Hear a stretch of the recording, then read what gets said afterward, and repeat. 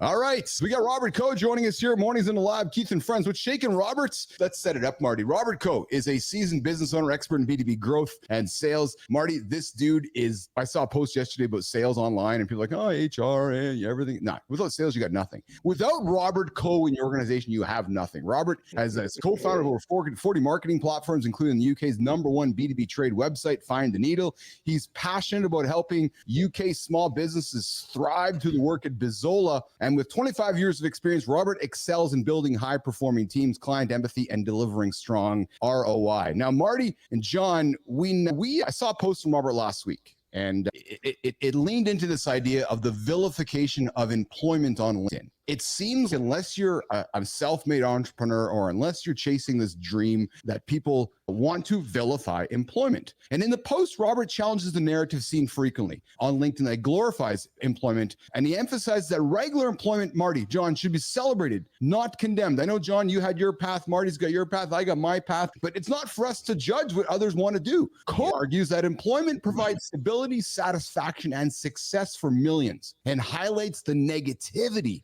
that often spreads through viral posts about bad office work and self-employment. Robert, let's jump into this, man. A lot of people are like, "Oh, you have a job, man. It sucks to be you. You should go be an entrepreneur." Robert, what drove you to write this post? To be honest with you, I think LinkedIn is a weird platform. You get saturated with posts on your feed all the time, and what you end up seeing is patterns over and over again. And I think I probably read one too many bad boss posts or one too many freedom is entrepreneurialism posts. My brain snapped, and I was like, "This is ridiculous." There are myths out there, right? And I want to dispel a couple of myths right now. One is one of the ones I keep reading is if you want job security, be your own boss, right? If you want real job security, be your own boss. This is the myth that gets plastered all over LinkedIn. 90% of startups fail, right? Yeah. So if you want job security, worst thing you could do is do a startup, because your job security rate is going to be less than 10% if your startup makes it. So actually it's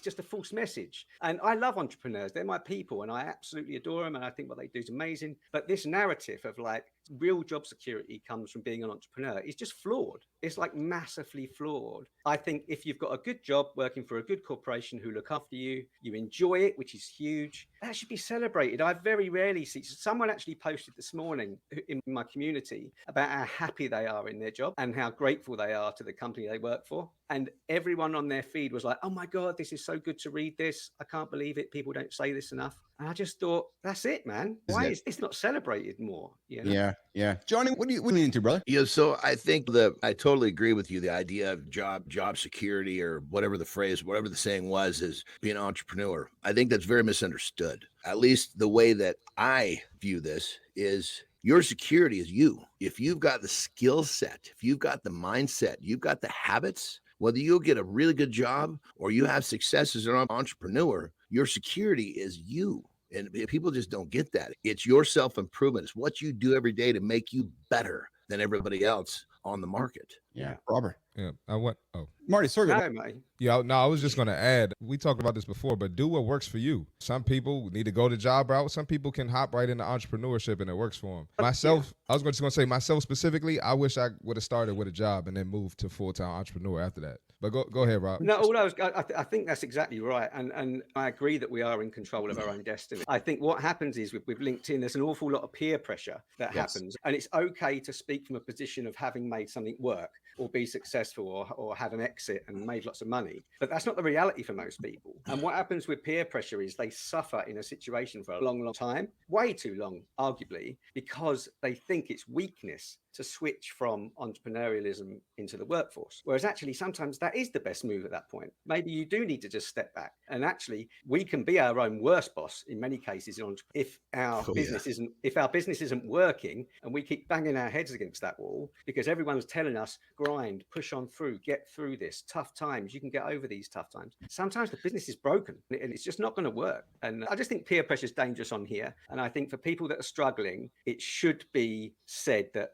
a move into employment isn't the worst thing in the world. Yeah. And Keith, thank you for putting me up next. You could see me. I was going to go in no matter what. So I think of it like this. The idea of a job or being your own boss or being an entrepreneur, it's different flavors. Some people like apples. Some people like oranges. So if you've got a job, if you like the idea of having a job and you enjoy your job, then you have found the right place for you. And just because other people say, oh, you got to do this, they don't know what you want in your life. You do what works for you. And so anybody that's saying having a job is the shits, and keep in mind, when I reference having a job and what I say, it's referencing the people that can't wait until Saturday because they don't have to go to work again. Yeah. There are plenty of people that go to work or go to their job that really enjoy that. They don't have the Sunday, oh shit. For those people, you got it rigged. Let's go. Yeah, agree. I want to add this too. Me and Keith talked about this yesterday offline. It's everyone has this glamorous entrepreneur life. If it's so glamorous and you're doing so well, why is it 100 of y'all in my DM trying to convince me that y'all gonna level up my business and level up my online coaching and clothing business? If it's so great, why are y'all hounding me? And then they just keep sending them talking to themselves in my DM. So that's a prime example there that it's not all it's cracked up to be. It's a massive internal economy though, see Marty. That's the thing with LinkedIn. It's a huge internal economy. So entrepreneurs need entrepreneurs on LinkedIn because that's a money source, right? So to tell people entrepreneurialism is the only way or the best, and it is often the best way, by the way. I'm not going to say it isn't, because I think it still is the best way. I think it is ultimate freedom, really. If you hold on, Robert, hold on, because I think to Johnny's point, to Marty's point, Marty, if I come with you here, Rob, I think that, so I don't disagree with you, Robert, but I don't know if it's up to you and I and Marty and John to determine that, right? Hey, pal, you and I are old enough, and Johnny, we're old enough to know better. We're not going to tell somebody what to do. And we're all like, hey, if that's what works best for you to have a good job, like Marty's like, hey, man, I wish I would have had a job before I chased entrepreneurship. Younger Keith would have judged that. But now I'm like, no, you know what? If that's what's going to work best for you and it's going to help you and your family achieve the dreams and goals you want to go after, then damn it, go after it. And then when you fall, I'm going to catch you. I choose the entrepreneur route. That's Johnny. But man, I've had a job, and there's days like, fuck, I like that paycheck every 2 weeks. Yeah, I like that paycheck. And hey, there's days I'm like, yeah, I'm fucking sleeping today. I don't care because I got a job. I think John's right. Sorry to interrupt you, Keith. Yeah. I think John's right with what he said. I think it's a personal thing. And I think if you find the problem, and again, it all comes back to you saying what prompted me to do that post. What prompted me to do that post is I feel empathy for people. Yes. Okay? So when I see entrepreneurs struggling and I know they're reading their feed, and I know their feed is basically telling them constantly to I want to just say, hang on a minute, talk to a few friends, talk to people close to you who might say this isn't working, but you need to take a step back. And I've got loads of friends in employment who have gone from shop floor to boardroom, who have had an awesome career, and they've earned a lot of money and they've been very successful. I've also got a lot of friends who are entrepreneurs I think what John said is personal. It's just being your best self. And if you're certainly working and you're dreading Monday morning, then hell, that's a time for pivoting anyway. Actually, interestingly, that's a time to pivot if it's your own business as much as if you're working for someone else. And that's it, brother. Like, one of my big things is my claim to fame's never had a job, but I was also influenced by people who didn't like their jobs. Yeah. And if I had been influenced by a whole bunch of people who just absolutely loved what they did in their jobs, I might have seen it differently. But the goggles that I had on was, I'm not doing that. Yeah. And for me, it was a very clear choice. Yeah, that's pretty much my experience. I've seen a lot of people just hate their job and do what they do. And that's why I jumped in early. And to piggyback off of what we mentioned earlier, Rob, I didn't get to respond. This isn't just on LinkedIn, all the harassment. This is every platform. You go on Instagram, X, LinkedIn, freaking everything. So it makes me think that a lot of people are really faking what they're talking about when it comes to entrepreneurship. I still agree it's the best way. Yeah, and I think, Marty, to your point though, pal, is that you said it best, right? It's on all platforms. We need to pay attention to who's the messenger. So when you're reading a post from somebody who's either vilifying employment, see who the messenger is. See the messenger putting out, because they're probably trying to sell you something on how to be an entrepreneur. Because to Robert's point, these entrepreneurs need entrepreneurs, right? So, hey, I can help you be successful at winning on LinkedIn, when in reality, I'm just going to tell you how to write posts to do the same thing I just taught you how to do, right? So I think we need to be very clear on who the audience is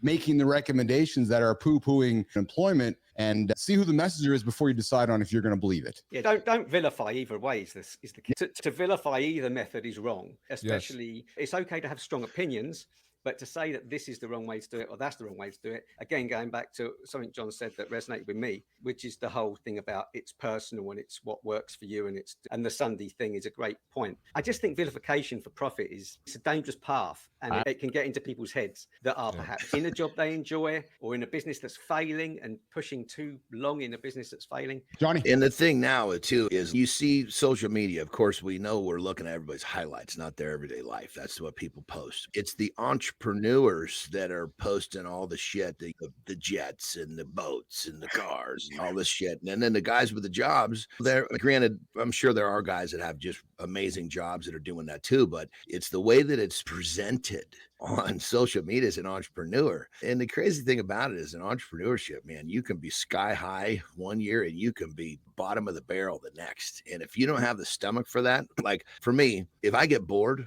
I cause myself a lot of trouble. So I need to be in a position where I'm constantly problem solving, because it almost reminds me of like my pit bulls. If I don't give them something to chew on, they're going to chew up the furniture. And so I'm the same way. You got to put some in my mouth. You got to let me solving it wrong. Is it? You would have presented. You got to keep. I got to be chewing on something, baby. So entrepreneurship is perfect for me, because even if I've finished everything needs to be done, there's always something more to do. And I'm chewing on something positive. So for me, it was perfect. Awesome. Yeah. Hey, you're hanging out with Keith, John, C. Marty Fit, and our friend Robert Coe here. We're talking vilifying employment here. And we're wrapping up our chat here today. Hey, listen, nation, if you got a job, enjoy it. If you got a job, go and win it. If you're thinking about being an entrepreneur, it's fucking hard, man. It's tough. If you want to go start a business, I would invite you to go and run a marathon, go climb a mountain, go do a bodybuilding competition first. Go and do something with your body for 100 days, 150 days, and then decide if you're enjoying that, whether you want to go into business. Because trust me, it's probably harder than what I just suggested. If you got a job, enjoy it, lean into it. But if you don't have a job and you're like, you got to go be an entrepreneur, maybe you don't. So there's our conversation today. Stop vilifying employment, stop vilifying non-employment, and just do what works best for you. Robert, thanks for joining us. We just got to say, stop vilifying. How's that? I think that's it, man. That's it. Robert, thanks for joining us here today, brother. You come back again, man. I love